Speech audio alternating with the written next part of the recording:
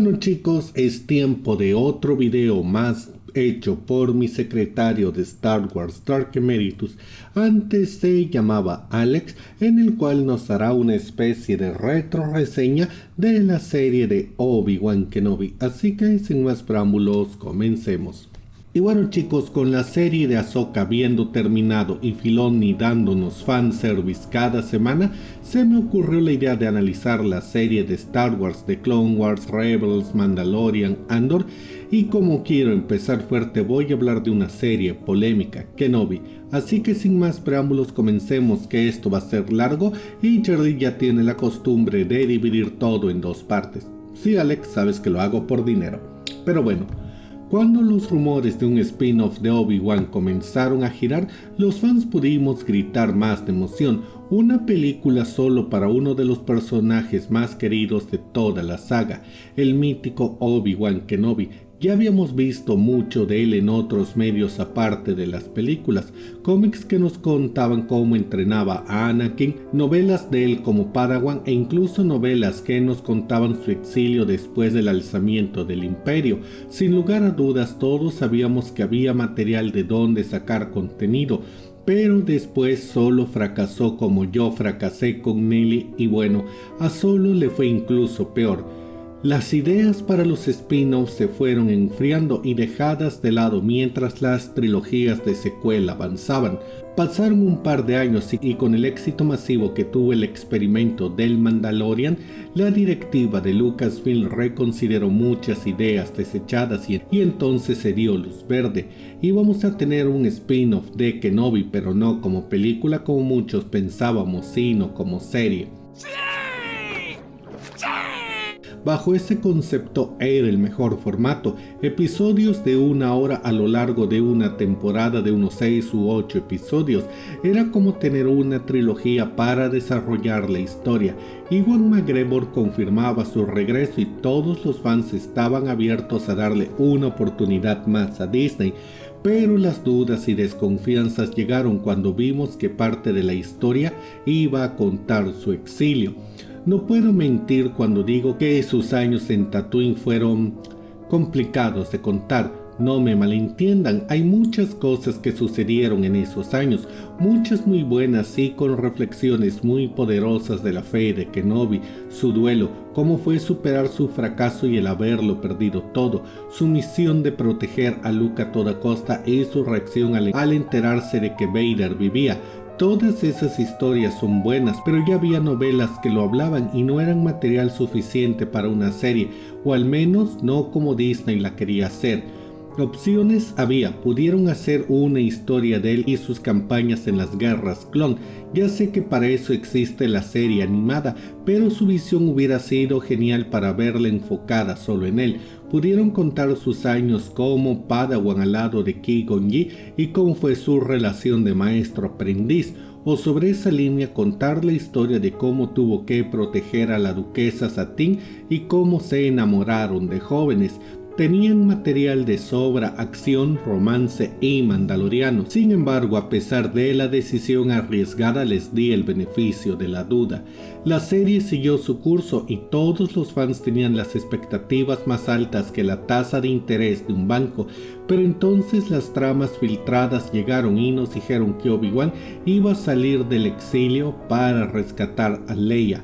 Ahí comenzaron los primeros problemas. El meter la historia ahí era complicado. Para empezar, chocaba con la continuidad a niveles alarmantes. Fue como la continuidad de Mujer Maravilla 1984. Decir que estuvo en el exilio salvo una vez que fue a hacer la misión de esa película. Y bueno, la relación con Vader y como ninguno se mató cuando pudieron, ahí sí vi la serie y debo decir que a pesar de todo me gustó. Y antes de que escriban sus Biblias de que es sacrilegio lo que acabo de decir, dejen que me explique. El primer episodio fue, bueno, mostraba una faceta de Kenobi que aunque a muchos no lo crean tiene sentido.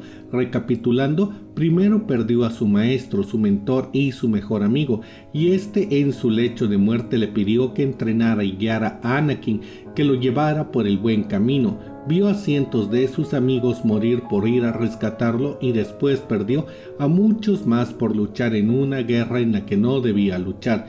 Recuperó el amor de su vida y lo vio morir justo enfrente de él sin poder hacer nada al respecto. Pero a pesar de todo esto, seguía fiel a sus creencias y principios porque aún tenía la promesa que le hizo a su maestro. Entonces Vader nació y la Orden Jedi cayó. Todo lo que Kenobi alguna vez conoció no era más que cenizas, y cuando vio que su alumno, su hermano, el chico al que vio crecer, cayó ante la tentación, supo que había fallado en su vida. Pero no fue todo. Al final tuvo que ir a pelear contra su alumno por el destino de la galaxia, en una pelea que para él le partió el corazón, solo para al final abandonarlo a que muriera en las llamas. Cuando el capítulo se estrenó, un amigo en el Discord de Charlie preguntó si tenía sentido que Obi-Wan perdiera su conexión con la fuerza. La respuesta es de hecho que sí. No solo lo perdió todos los días, sino que falló en todo lo que prometió y a todo a lo que dedicó su vida. Si alguien tenía motivos para caer al lado oscuro o al menos perder su fe, era él. Ese primer episodio me dio eso y cómo lo amé. La cacería de los inquisidores fue excelente y la pequeña Leia fue lo mejor. Como Obi-Wan busca constantemente conectar con su maestro por años y sin respuesta, lo hacía dudar aún más y perder todavía más de su fe. El segundo episodio mantuvo el nivel hasta el final y es aquí que entramos con uno de los peores errores de la serie. Reva. El personaje desde el primer episodio es impulsivo a más no poder, rayando, corrijo, chocando con lo insoportable. Que se pasara cualquier orden y que siga viva para contarlo es un sinsentido enorme. Y para el segundo episodio era soportable, hasta el final cuando apuñala al gran inquisidor y casi se caga en Rebels. Aquí comencé a preguntarme si los sables de luz eran sables de verdad o solo juguetes, ya que ahora parece que todos sobreviven a un golpe de ellos y bueno, no cortan ni la mantequilla. Pero volviendo al punto, Reva ahí se hizo insufrible hasta los créditos finales del episodio. El tercer episodio me gustó también, un poco más que los dos anteriores, pero si hay algo que debo resaltar y que me encantó fue Vader. Para quienes no hayan leído los cómics de Vader en el nuevo canon, estos son la mejor cosa que Disney ha hecho. Vader ahí en su cacería de los Jedi era comparable con los SS de la Alemania nazi. Brutal, cruel, sádico, imponía miedo a donde fuera y donde había Jedi, bueno, pronto no quedaría nada. Entonces cuando Vader llegó a la aldea y solo podías ver cómo iba matando a todos a su paso, ese es el verdadero Vader, la forma en la que sabes que va a encontrar a Kenobi y solo te hace esperar el momento. Pocas cosas tan buenas ha hecho Disney. Cuando lo enfrenta, bueno, no enfrenta, juega con Kenobi y tiene sentido. Ya sé que sueno como un fanboy, pero déjenme terminar. Kenobi fue quien derrotó a Vader en el pasado, quien lo dejó como pollo asado y sin las extremidades que le sobraban. Que Vader fuera sádico con él y que quisiera que Obi-Wan le tuviera cada vez más miedo tiene todo el sentido del mundo. Pero como la serie tenía que durar 6 episodios, el guión atacó y cuando Vader estaba tostando a Kenobi logró salvarse. Cosa que no tiene sentido porque Vader pudo haberlo evitado, pero lo nerfearon por el bien de la trama.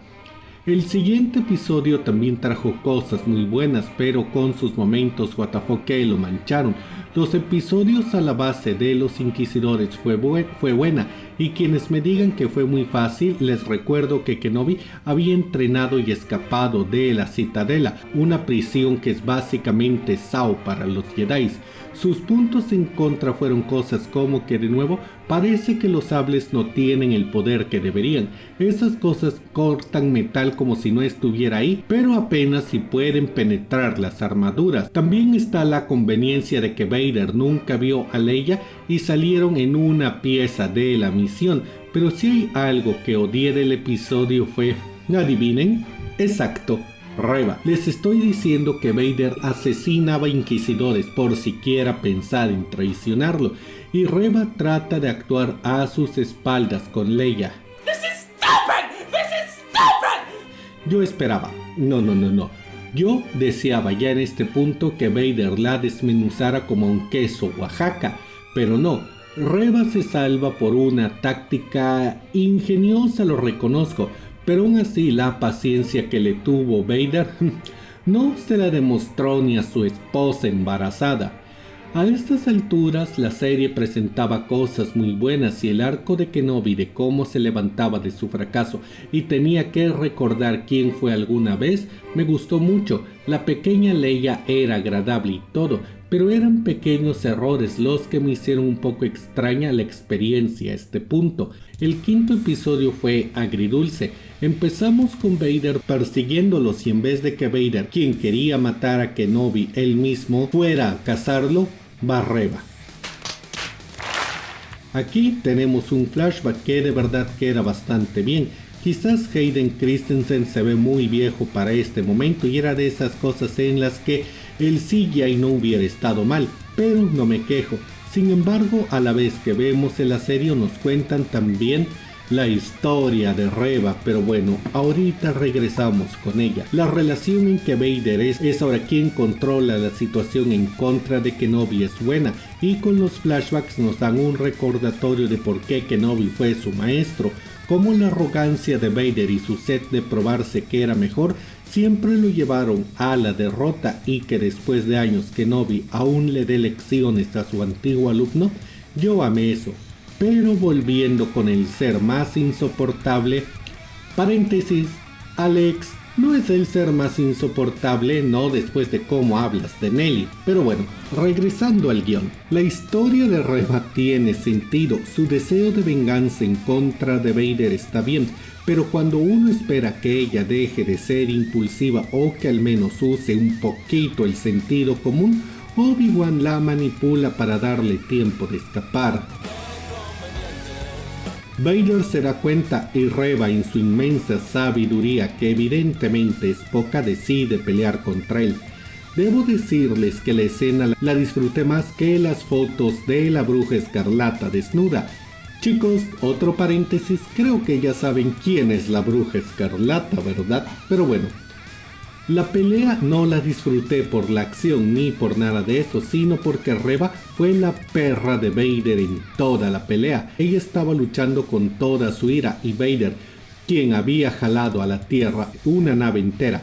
Repito, él jaló una nave entera con el poder de la fuerza hace un par de minutos, peleó hasta sin sable de luz y le dio la paliza de su vida. Después la satisfacción que me dio que la apuñalaran, solo la puedo describir con la satisfacción que siento cuando me avisan que ya pagaron la quincena. Después recordé claro que esta era la era de Disney donde todos sobreviven a un sable de luz y la felicidad se me fue. Y aquí llegamos al final de la serie y donde creo que cometieron muchos errores para tratar de no chocar con la continuidad. Primero que nada, el hecho de que Reva, habiendo sido apuñalada, pudiera viajar a otro planeta y hacer una persecución es incoherente, y quien me diga que es por la cantidad de ira que tenía lo que la mantenía con vida, le meto yo mismo un sablazo de luz. Maul hizo algo como eso una vez y quedó loco por años. Después está el hecho de que en su persecución no pudo atrapar a un niño de 10 años y que para el final ella se hizo buena de la nada. El otro problema de la continuidad es que esta queda muy rara. La historia en sí tuvo muy difícil la tarea de encajar sin caerse a pedazos, por no decir que esta era una tarea imposible, y eso nos lleva al otro punto, la pelea final. Y aquí llega mi verdadero problema. La pelea comienza con Kenobi más centrado, sin miedo a Vader y dispuesto a enfrentar su fracaso y corregirlo. Vader llega con un deseo de venganza puro y sin adulterar, y con ganas de probar su superioridad a Kenobi. La pelea es buena sin llegar a ser lo mejor de la saga. Sigo pensando que el cambio de los efectos de los sables de luz que usa Disney fue una pésima idea. Las peleas deberían ser más ágiles, rápidas y agresivas y no tan pesadas, pero bueno, Disney siendo Disney. Pero el conflicto está en el final. Cuando Obi-Wan vuelve a derrotar a Vader y le rompe la máscara, Obi-Wan se detiene al ver lo que quedó de su amigo y le pide perdón por fallarle. Aquí vemos el cierre de su duelo.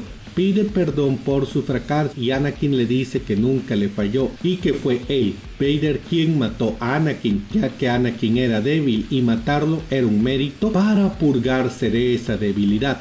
Pero en el punto en el que los dos debían querer volver a matarse, pero en este punto cuando Obi-Wan ya debería haber entendido que Anakin no va a regresar y que tenía sí o sí que acabar el trabajo, simplemente se da la vuelta y se va caminando.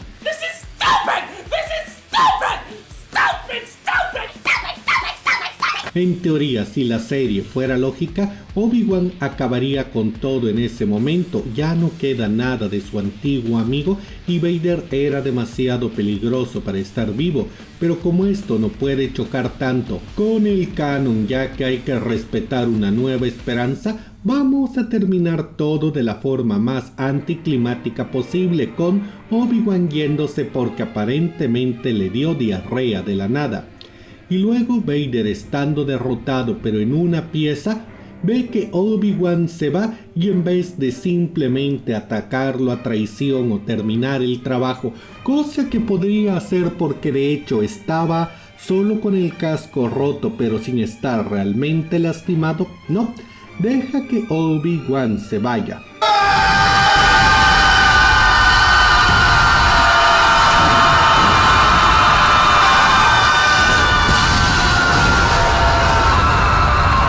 Y bueno, ya por último, porque esto se está haciendo tan largo que Charlie creo va a dividirlo en 3 videos, al final, en la resolución de todo, Obi-Wan pudo reconectar con sus creencias y volver a tener su espíritu y valentía y sobre todo vuelve a conectar con su maestro. Y este sinsentido tan pequeño en forma de Liam Neeson es uno que me dejó con un sabor amargo en la boca. Esto fue peor que el cameo de George Clooney en Flash.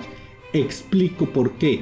Qui-Gon Jinn fue el Jedi que descubrió la técnica para hacerse uno con la fuerza, una técnica que le tomó años comprender y poder usar, pero cuando murió no pudo terminar de entrenarla. Es por eso que él no podía parecer como un fantasma azul. Él con mucho esfuerzo y podía proyectar su voz. Eso se nos explica en The Clone Wars, pero aquí aparece como si nada y se carga todo lo anterior. En resumen, ¿la serie fue mala? Debo decir que no es tan mala como muchos dicen. El arco de Kenobi es bueno y es algo que me gustó mucho ver. Vader impuso temor con cada aparición y es algo que me encanta ver siempre. La pequeña princesa Leia es lo mejor y es bastante agradable verla. Pero la serie tiene varios errores que no se pueden obviar. Reva nunca me cayó bien ni pude empatizar con ella nunca, y para mí, si Vader la hubiera matado, yo hubiera celebrado con una botella de champán. Muchas conveniencias para que la trama siguiera tienen lugar y ninguna de ellas tiene mucho sentido. El final, como ya dije, es anticlimático para que no chocara con el episodio 4, pero el más grande de los problemas fue justamente ese, la historia. Como ya dije, los años en el exilio de Kenobi son material del que se puede sacar historias, pero no suficiente para una serie, y hacer la historia de que salió de su exilio fue muy arriesgada, y pudieron evitar chocar con otros medios, tratando de no hacer incoherencias, pero terminaron haciendo gigantescos agujeros en la trama. ¿La serie fue buena idea? Sí, lo fue, pero yo hubiera optado por adaptar otros periodos de tiempo como sus años de Padawan. Así tendrían muchísima libertad para no chocar con las películas. Al final la serie, sin ser tan mala tampoco, es la mejor cosa que se haya hecho con la saga. Dejó un sabor agridulce en los fans. Dieron cosas buenas como el arco de Kenobi y Leia, cosas sin sentido y que hicieron que muchos se preguntaran en qué estaban pensando, y nos dieron cosas terribles como Reva, pero considerando que el personaje del que estamos hablando es uno de los más queridos y en lo personal mi favorito, la serie quedó a deber muchas cosas y quizás hubiera sido mejor contar otra historia. Al final la serie terminó siendo la sombra de lo que pudo ser. Y bueno chicos, esa fue la opinión de Alex, que por cierto planeaba subir íntegramente al canal, pero después vi que eran unos 25 minutos del borrador del audio y la DVD. Y también quiero dar gracias a Luis Guillermo López y Andrés Alaina por ser los primeros miembros del canal de nivel Caballero de Atena y Círculo de Lovecraft. Y chicos, no olviden unirse para tener acceso a beneficios exclusivos. Bueno, díganme qué opinan de esto y bueno, no me lo digan a mí. Ahí en los comentarios miéntenle la madre a Alex. Y bueno, si el video les gustó, den like y compartan. Yo soy Charlie Mustaine. Nos vemos en la próxima.